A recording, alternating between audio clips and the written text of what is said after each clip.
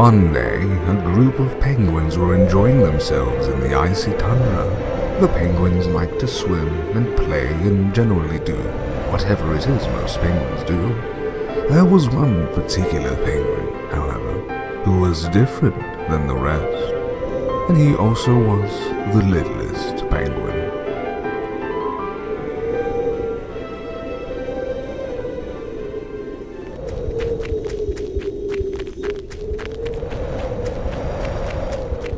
The littlest penguin liked the other penguins well and fine enough, albeit in small doses. He was much more interested in going on adventures, and he felt that today could possibly be his best adventure yet.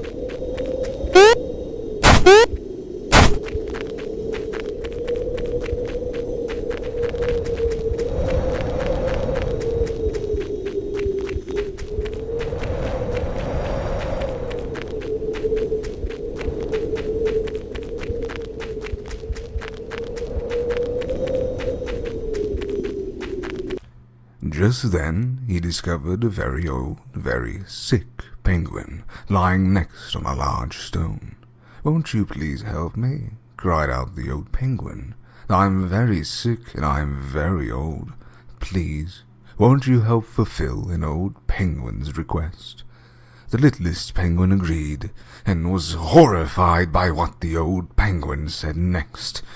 "Bash my head in with this stone. End my pain, littlest penguin." The littlest penguin did as he was told.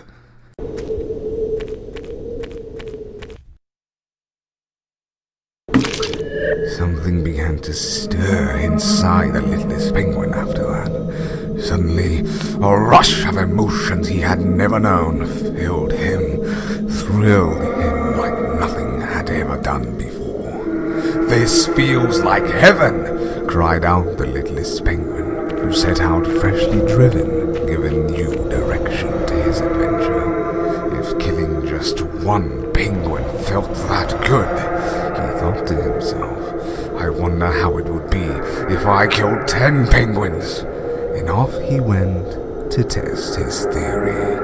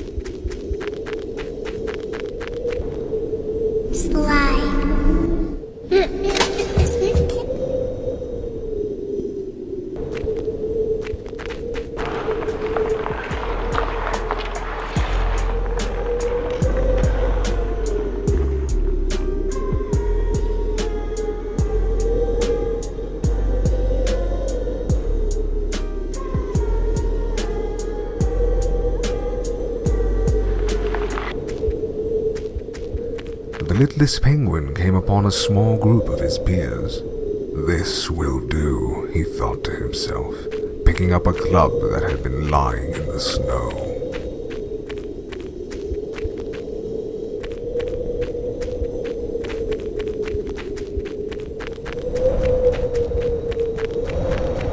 The first one went down quickly, far easier than the littlest penguin would have thought. This spooked the others, but to his surprise, the littlest penguin found the more they ran, the greater his satisfaction when he finally beat them down. And beat them down he did, until the last of them were reduced to little more than a red stain in the snow.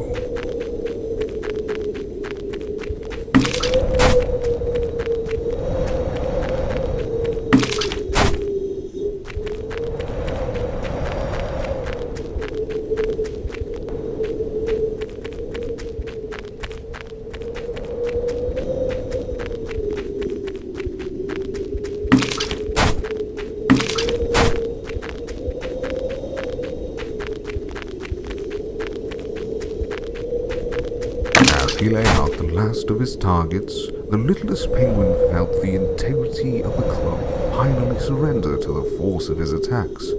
The club fell in pieces to the ground, no longer capable of serving its purpose. No matter, thought the littlest penguin. Surely I will find a replacement weapon somewhere.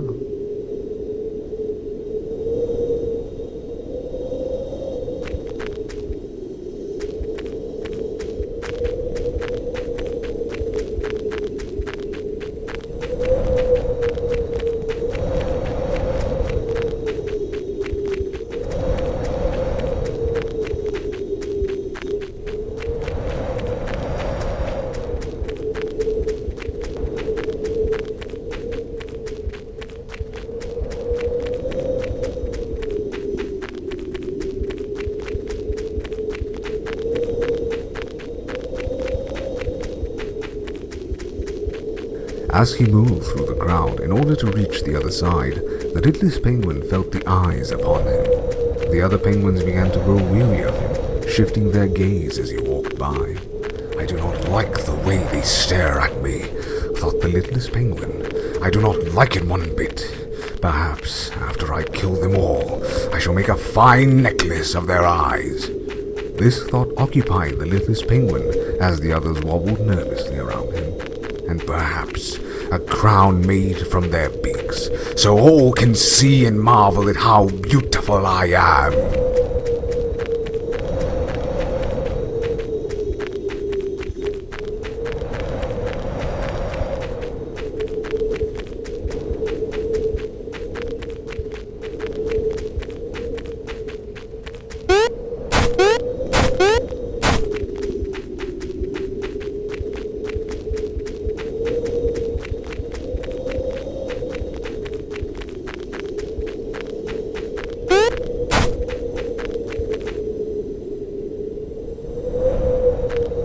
This was more like it, thought the littlest penguin. He could now return to the other penguins.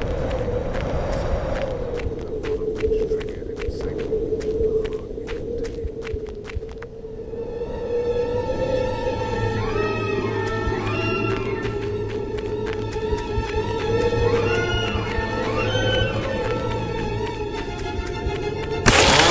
Faster and faster they fell.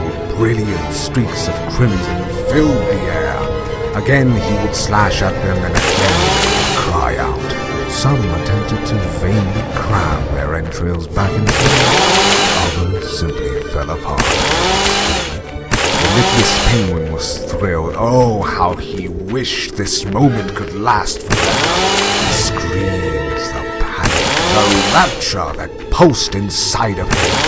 He could no sooner explain the magic behind his elation any more than he could bring himself to stop. Not until every last penguin had been split apart.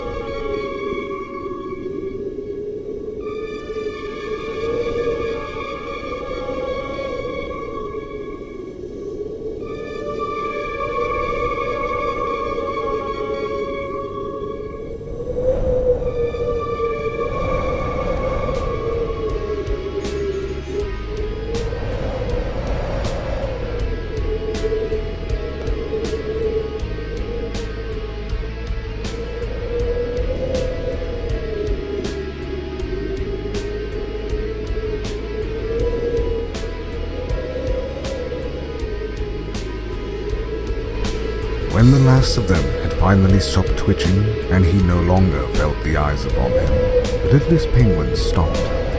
Breathing heavily, he surveyed the destruction he had wrought. They were all so beautiful now.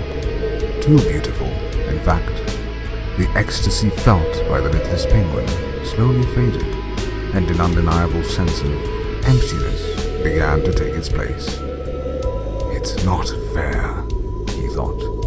They are all so beautiful now. Why can't I be beautiful like them? Why must I be the only one? It isn't fair. It just isn't fair. The littlest penguin looked at the chainsaw. The blood dripped off the teeth of the blade, almost glistening in the moonlight. Suddenly, the littlest penguin knew how to feel beautiful like the rest. He knew then what it was he must do. When tales are told of the littlest penguin, it is rarely known, and even more scarcely spoken of, what happened after that fateful night. For after it fell upon the littlest penguin to take his own life, it found that he was enveloped in a most suffocating darkness. Eventually, this darkness lifted, and the littlest penguin found himself in a surrounding reminiscent of his darkest nightmares.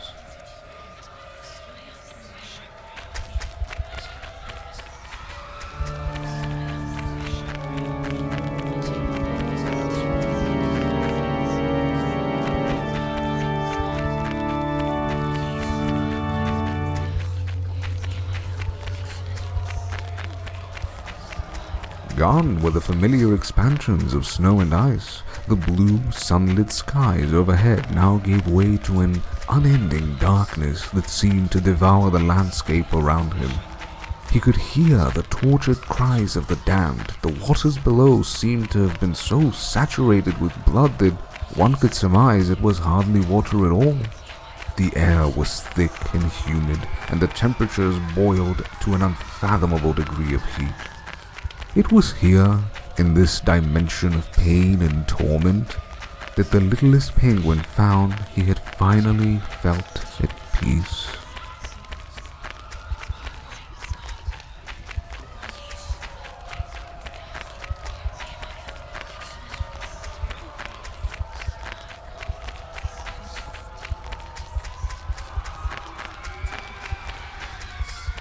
Approaching the pentagram, the souls of his victims circled a rising throne, which seemed to materialize from the coarse and abrasive stone at his feet. The littlest penguin took his rightful place upon it.